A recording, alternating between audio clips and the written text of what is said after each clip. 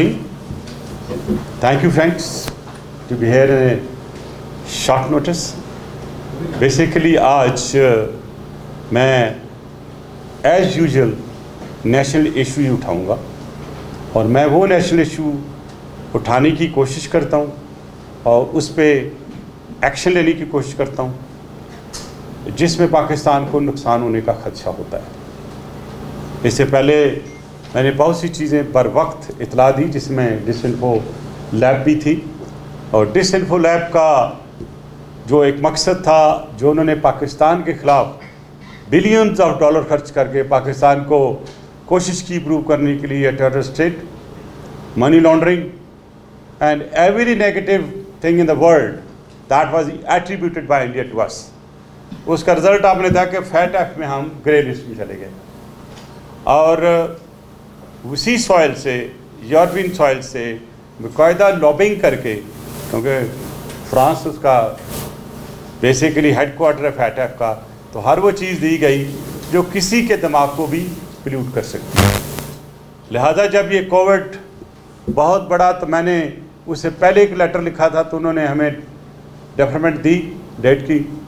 तो जब ये कोविड पहली स्पाइक आई थी तो उसमें मैंने कहा कि पाकिस्तान के हालात बहुत ज़्यादा ख़राब है, हम इसको भी फेस नहीं कर सकते, इतनी डिटेल में चीज़ें नहीं ले जा सकते। दो पार्लियामेंट ने बहुत काम किया, हमने बहुत से बिल रिलेटेड टू फैट पास किए, लेकिन अभी तक उनकी तसल्ली नहीं हुई। अभी भी वो डू मोर की पॉलिसी पे लगे हुए हैं और ये डू मोर वही पॉलिसी है जो अमेरिका हमेशा में कहता रहा है और उनकी ख्वाहिश होती है कि हर वो चीज़ जो कह दे वो पत्थर पे लकीर है और खुदा न खास्ता को खुदाई हुक्म, it has to be done. बहरहाल डिफाइंग दैट मैं ये कहूँगा कि जो फैट की कंप्लेंट यूएस ने की थी हमारे खिलाफ, टू बी वेरी ऑनेस्ट, वो कोई भी इसको एंडोर्स नहीं करता, क्योंकि हमने war on terror on behalf of US यहाँ लड़ी, अपना नुकसान कराया, 70,000 लोग शहीद कराए, हमारी इकॉनमी तबाही हुई, हमारे लॉजिस्टिक तबाह हुए, हमारी बहुत से मुल्कों से रिलेशन ख़राब हुए और जो हालात और वाक़यात पाकिस्तान और अफ़गानिस्तान के दरमियान में वो भी आपके सामने हैं। और इसी जंग की वजह से अगर आप देखें तो सबसे फ़ायदा उठाया इंडिया ने, क्योंकि हमारी इकॉनमी पे भी और फिर इस चीज़ का फ़ायदा उठाते हुए उसने प्रॉक्सी वॉर्स और हाइब्रिड वार हमारे साथ शुरू कर दी। और ये डिसइंफो लैब जो है, अगर वो आप देखें तो वो बेसिकली एक बहुत बड़ा प्लान था पाकिस्तान के ख़िलाफ़। लिहाजा मैंने इसको फुली पूरा एक्सप्लोर करके पब्लिकली इसको मैं लेके गया। शुक्र अल्हम्दुलिल्लाह कि जब वो मैंने फैट का पहला लेटर लिखा प्रेसिडेंट को, जिसमें मैंने कहा कि इंडिया के ख़िलाफ़ ये सारे चार्जेस हैं, मनी लॉन्ड्रिंग के भी और टेररिज्म के भी, इनके ख़िलाफ़ भी एक्शन होना चाहिए। फिर उन्होंने मुझे जवाब दिया कि एक्शन लेना, ऑपरेशनल एक्शन लेना फैट की ड्यूटीज़ में नहीं आता, मैंडेट में नहीं आता। तो मैंने कहा अगर ये मैंडेट में नहीं आता तो आपने पाकिस्तान के ख़िलाफ़ ये क्यों किया? वही प्रिंसिपल हम पे भी अप्लाई करें। और ये जो आपने हमें ग्रे लिस्ट में डाला है, ये हमें आपको ग्रे लिस्ट में नहीं डालना चाहिए था। बहरहाल उस खत की कापी यहाँ है, वो अगर जाती हुई अगर पब्लिक हुई है मैं वो दे दूँगा आपको। मैंने फिर दोबारा लेटर लिखा और उस लेटर के में उन्होंने इसका एक अच्छा तअसर लिया और ये था कि उन्होंने हमारी डेट जो थी हेयरिंग डेफर कर दी फरवरी तक। अब क्योंकि जनवरी है, अगले महीने में दोबारा डेट आ रही है, तो मैंने ये फ़ैसला किया कि मैं बर वक्त उनको इतला दूँ कि पाकिस्तान में एपिडेमिक उसी तरह मौजूद है, हमारी इकनॉमी डाउन हो चुकी है बहुत ज़्यादा, हमारी इन्फ्लेशन जो है इसको हाईएस्ट लेवल पे है, हमारा रुपया डिप्लीट होकर 160 से नीचे चला गया है, आम आदमी के लिए रहना मुश्किल हो गया है। तो अगर आपने ग्रे लिस्ट में हमें कंटिन्यू रखा तो हमारी जो इसको थोड़ी बहुत दराम चीज़ें हो रही हैं, यानी कि हम एक्सपोर्ट कर रहे हैं, अब उसकी एलसी भी नहीं खुलेगी और बैंक जो हैं वो हिचकिचा रहे हैं हमारे साथ काम करने के लिए। लिहाजा हमें ग्रे लिस्ट से निकाला जाए। और जो मैंने प्रेसिडेंट को लेटर लिखा है, जिसकी कापी आपको मिल जाएगी, उसमें 2 सफ़े का लेटर है।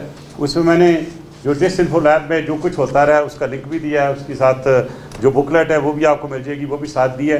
लेकिन इसमें इम्पॉर्टेंट पॉइंट जो हमने कहे कि हमारे साथ जो जुल्म हुआ और हम इस प्रेजेंट सिचुएशन में जो इकोनॉमिक सिचुएशन है हम क्यों पहुँचे। पहली बात थी कि participation in US war on terror, हमने तो नहीं तो आप किया था, हम पे तो इम्पोज की गई, और उसमें नावल के हमारे लॉजिस्टिक्स, हमारे बहुत से जो ज़राए थे, वसाइल थे, वो इसमें डिप्लीट हुए। दूसरा ने मैं कहा कि जो इस वक्त हमारे लिए प्रॉब्लम हो रहा है वो तालिबान अलकायदा अटैक्स जो हैं वो जारी हैं।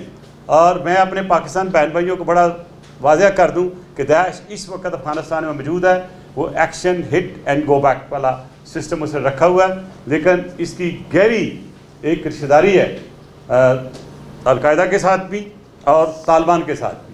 और ये जो भी अफ़गानिस्तान में इतनी जंग चल रही है उसमें जो इंडिया से लोग आते हैं, जो इंडिया की दाइश है, मैं उसका नाम इंडियन दाइश दे रहा हूँ क्योंकि उनकी ट्रेनिंग वहाँ से हुई, और उन्हीं के जो मेन ट्रेनर्स है वो वहाँ पे सीरिया में गए और सीरिया में भी उन्होंने ट्रेनिंग करके यहाँ पे लेके आए।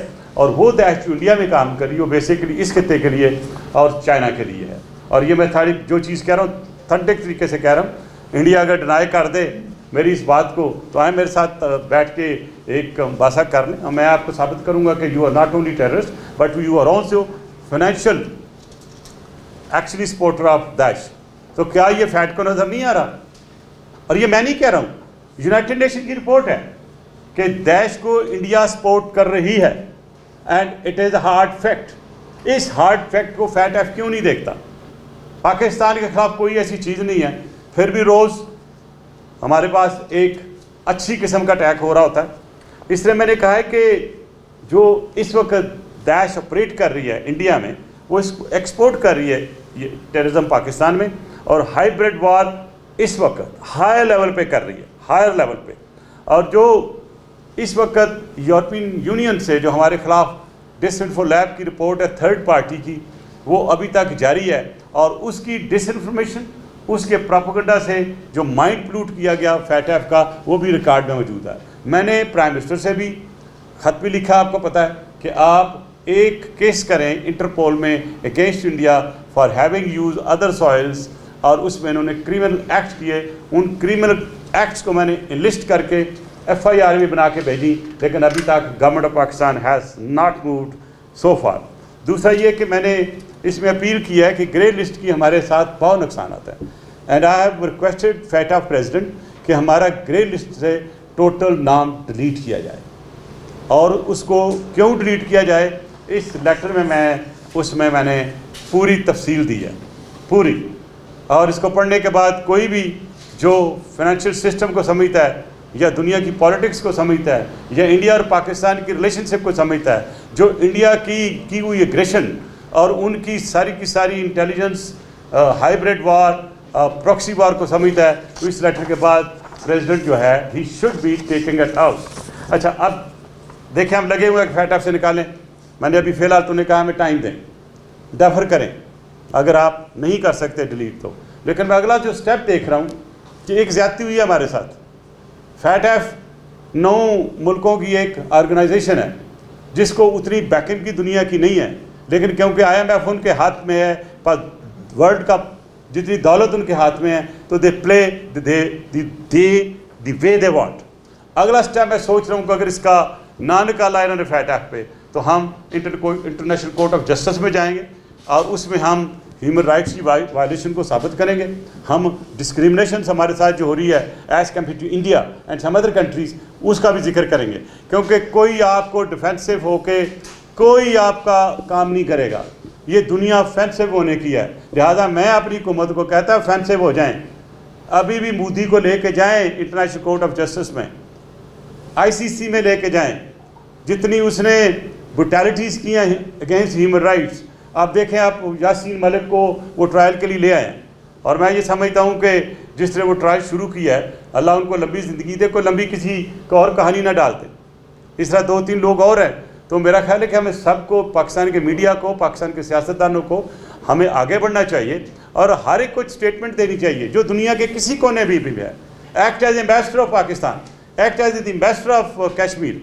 हम बात तो करते हैं, हम कश्मीर के एम्बेसडर बन चुके हैं, हम ये भी बात करते हैं हम कश्मीर में बहुत सा काम करते हैं। मुझे बता दें, लिस्ट कर दें पिछले 2 महीने में आपने क्या क्या काम किया। सिर्फ स्टेटमेंटों से नहीं है, मूव प्रैक्टिकली। आप जाएं वहाँ पे यूनाइटेड नेशन में कि आप 550 दिन से ऊपर हो गया curfew, but we have not been able to do anything. Unfortunately वतन अजीज़ पे बहुत से अटैक हो रहे हैं। आपने देखा कि अभी एक ब्रॉडशीट का मसला आ गया, उसमें भी काबिलियत देख लिया आपने बहुत से लोगों की कैसे हुआ है।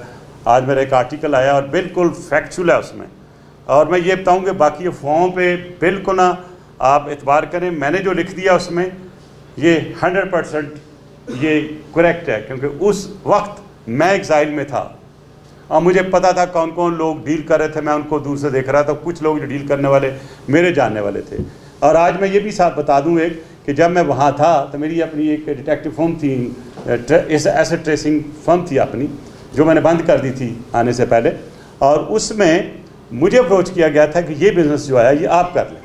तो मैं जो बंदा लेके मेरे पास आया था, मैंने उससे कहा कि देखें ये अनएथिकल है, अनफेयर है कि मेरे मुल्क का एक केस आया है उसको मैं हाथ डालूँ, तो लिहाजा आई रिफ्यूज़।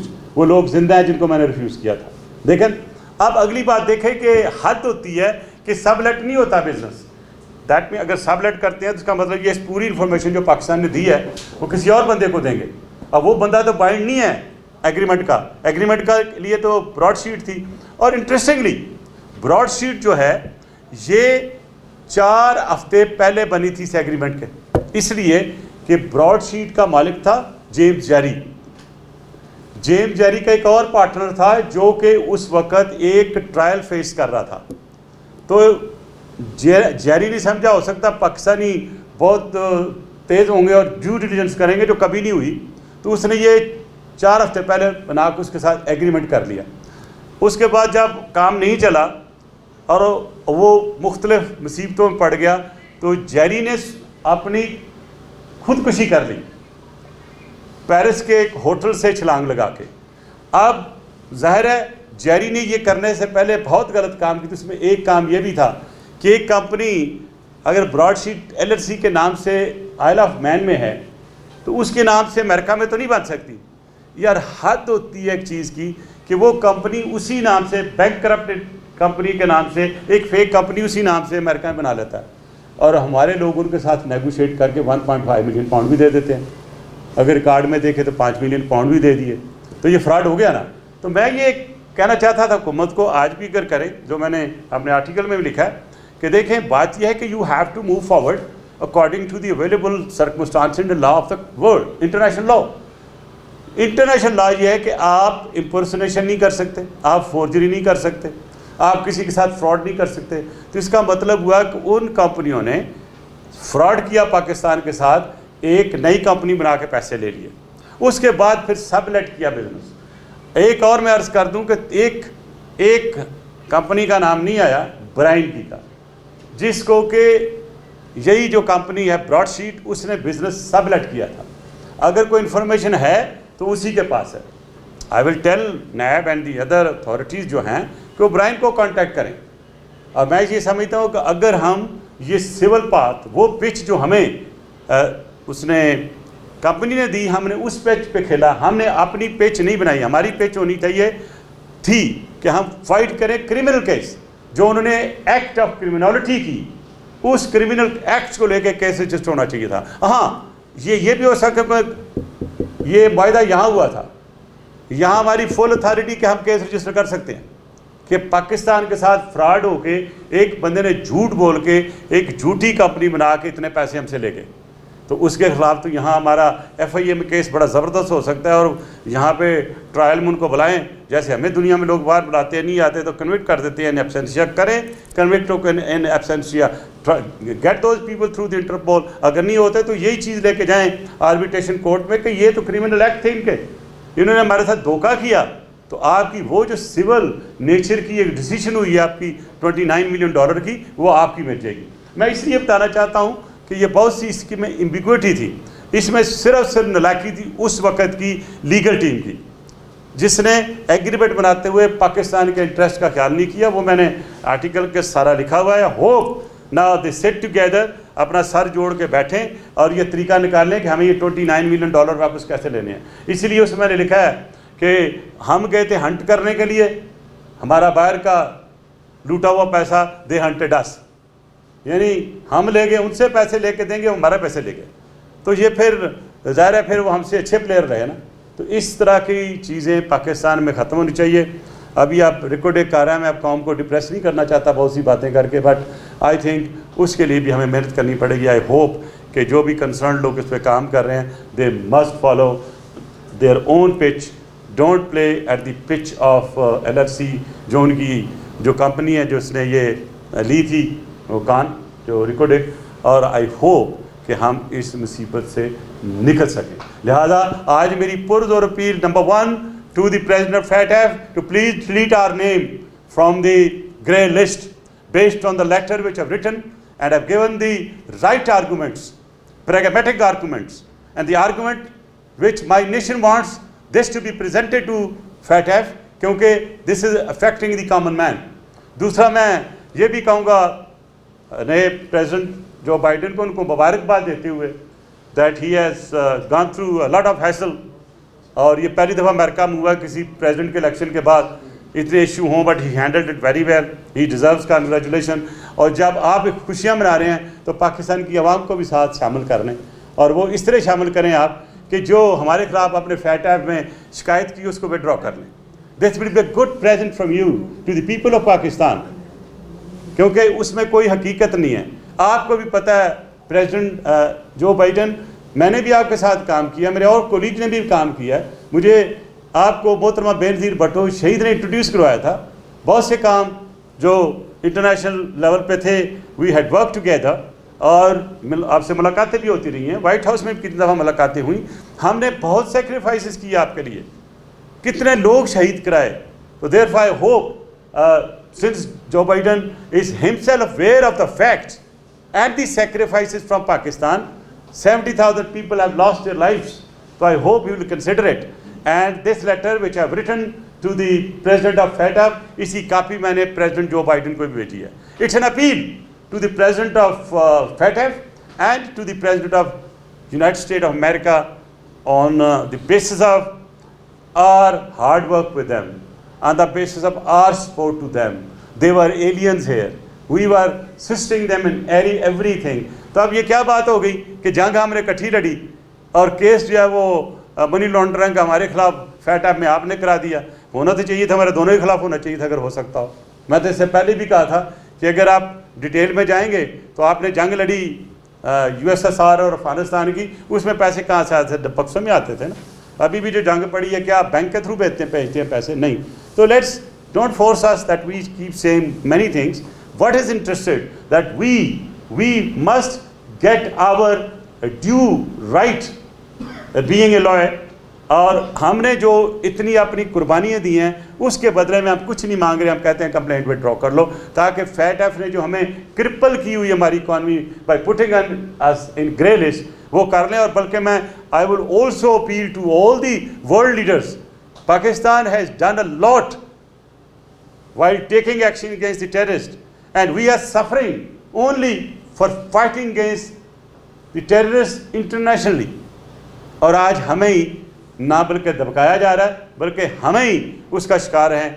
जो चीज़ हमें हमारे साथ एप्रिसिएशन होनी चाहिए थे, ये एप्रिसिएशन की बजाय हमें उल्टा हमारा काम हो रहा है, जिसमें हमारी कौम को बहुत नुकसान पहुंच रहा है। और आने वाले वक्त में हमारी इकॉनमी जिस तरह ख़राब हो रही है, इसके लिए पाकिस्तान का ग्रेस लिस्ट में लाना नहायत ही नुकसानदेह होगा। लिहाजा I hope that I will get some proper response to it. और अगर ये फरवरी को इनडेफिनिट पीरियड के लिए पोस्टपोन कर दें जब तक पैंडेमिक ख़त्म नहीं होती, सो दैट हमें थोड़ा सांस मिल जाए। इस वक्त हमारा सांस इकोनॉमिकली घुटा हुआ है। लोग बेशक ना कहें, हाँ गवर्नमेंट ना कुछ कहे, लेकिन जिस मुल्क की इन्फ्लेशन जो है 2 फिगर में बहुत ऊपर चली जाए, ग्रोथ रेट 0 से नीचे चला जाए, आपका रुपया जो 160 से नीचे चला जाए, स्लिप हो जाए, आपकी एक्सपोर्ट जो है कम हो जाए तो आप उसको क्या कहेंगे? ये इंटरनेशनल इंडिकेटर्स हैं। लिहाजा आने वाले वक्त में कॉमन मैन की और कमर टूटेगी, मेरी भी, सबकी, आपकी, क्योंकि बहुत महंगाई होने वाली है, आई एम टेलिंग। और हो सकता है ये रुपया जो है 160 से स्लिप करके नीचे 170 से ऊपर चला जाए। बहरहाल आई होप कि गवर्नमेंट होश के नाखुन ले और जो काम करने हैं पहले उनको प्रायोरिटी दे। और ये फैटअप की बहुत बड़ी प्रायोरिटी, अगर खदान खास था उन्होंने ब्लैक लिस्ट में डाल दिया तो we will be in great trouble. Thank you very much जी। Any question? ये बताइए कि आपने फैटअप के प्रेसिडेंट को ये निकाल के बात कर थोड़ा सा आवाज़ में। आपने फैटअप के प्रेसिडेंट को तो लेटर लिखा है कि पाकिस्तान को ग्रे लिस्ट से निकाला जाए, लेकिन क्या आपने प्राइम मिनिस्टर और प्रेसिडेंट ऑफ पाकिस्तान को भी कोई खत लिखने का आपका इरादा? मैं इसी की कापी भेज रहा हूँ उनको, इसी की कापी भेज रहा हूँ। क्या ही अच्छा होता कि इनकी कोई टीम बनती, मुझे भी ले जाते साथ। मुझे शौक़ नहीं है बाहर जाने का, पर अगर ले जाते और अगर फैटअप में मुझे साथ ले जाएं, let me represent my country there, और फिर मैं उनको दिखाऊंगा क्या क्या चीज़ें हैं। क्योंकि जब तक किसी को आईना नहीं दिखाया जाए उसको नहीं पता चलता मेरी शक्ल कैसी। सर, आपने दहशतगर्दी की बात की, जैसे कि पाकिस्तान में दाइश और अल-कायदा जैसे जो हैं वो अभी भी दहशतगर्दी कर रहे हैं। जैसे कि पाकिस्तान अभी भी ग्रे लिस्ट में से निकलने के लिए पहले सबसे पहले दहशतगर्दी को ख़त्म करना चाहिए, तो हुकूमत को क्या हिकमत अमली करनी चाहिए? आपकी क्या राय है? मैं सिंपल ये है कि जो हमारी जितनी फिगर्स हैं जो हमने सफ़र किया उसको साथ लेके जाएं। और दैश जिस तरह इस रीजन में अब ऑपरेट कर रही है, यूएन का अपना एक लेटर है, इसमें एक रिपोर्ट है, वो साथ लेके जाएं। इस वक्त मैं नहीं, अब तो पूरी दुनिया कहती है कि दैश और इंडिया एक हैं, और दैश में जाके मिल गया है आरएसएस। अगर आपको याद होगा कोई 1 साल पहले मैंने कहा था कि अब नई एक चीज़ आएगी, आरएसएसिज्म और दैशिज्म। अब दैशिज्म और आरएसएसिज्म हैव जॉइंट हैंड्स टुगेदर। और जो वहाँ पे श्रीलंका में बम के धमाके हुए थे, ये दोनों की मिली जुली वक़्त थी, जिसे इंडिया ने फाइनेंस किया था। आज तक कोई उसने जवाब नहीं दिया। इस तरह पाकिस्तान में देखें, हमारे वो 11 लोगों को शहीद करके चली गई दैश। तो अभी ये कोई एंड तो नहीं है ना, और भी तो हो सकते हैं। तो हमें तो ये चाहिए कि दुनिया के लिए हम लड़े। तो आज जब हमें फैटअप में घसीटा गया तो दुनिया हमारे लिए लड़े। जहाँ पे I'll express my thanks to China. China stood with us, Turkey stood with us, and those who have helped us, including Malaysia, let's thank them. लेकिन हमारी अपनी मुस्लिम उम्मा हमारे लिए मुफीद कारगर नहीं हुई।